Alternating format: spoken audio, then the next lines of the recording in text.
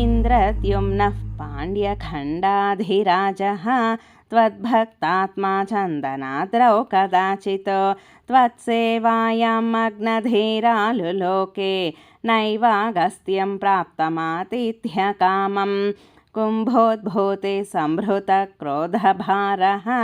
स्तब्धात्मा त्वं हस्तिभूयं भजेति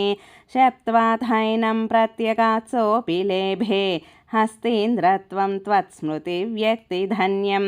दुग्धाम्बोधे मध्यभाजित्रिकूटे क्रीडन् शैले योत्थपोऽयं वशाभिः सर्वाञ्जन्तो नत्यवर्तिष्ठशक्त्या त्वद्भक्तानां कुत्र नोत्कर्षलाभः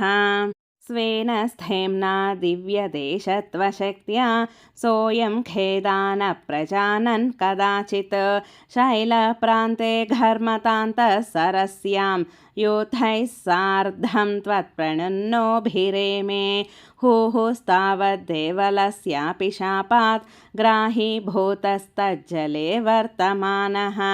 जग्राहैनं हस्तिनं पाददेशे शान्त्यर्थं हि श्रान्तिदोषि स्वकानां त्वत्सेवाया वैभवाद्दुर्निरोधं युध्यन्तं तं वत्सराणां सहस्रं प्राप्ते काले त्वत्पदैकाग्र्यसिद्ध्यै नक्राक्रान्तं हस्तिवर्यं व्यधास्त्वम् आर्ते व्यक्तप्राक्तनज्ञानभक्तिः शुण्डोक्षिप्तैः पुण्डरीकैः समर्चन् पूर्वाभ्यस्तं निर्विशेषात्मनिष्ठं स्तोत्रश्रेष्ठं सोन्वगादीत्परात्मन् श्रुत्वा स्तोत्रं निर्गुणस्थं समस्तं ब्रह्मेशाद्यैर्नाहमित्यप्रयाते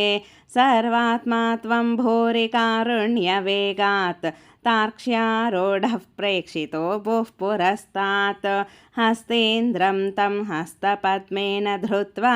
चक्रेण त्वं नक्रवर्यं व्यदारीः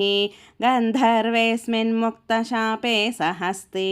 त्वत्सारोप्यं प्राप्यते दीप्यते स्म एतत् वृत्तं त्वां च मां च प्रगेयो गायेत् सोऽयं भूयसे श्रेयसे स्यात् इत्युक्त्वैनं तेन सार्धं गतस्त्वं धिष्ण्यं विष्णो पाहि वातालयेश। श्रीकृष्णाय परब्रह्मणे नमः। नारायण अखिलगुरो भगवन्नमस्ते।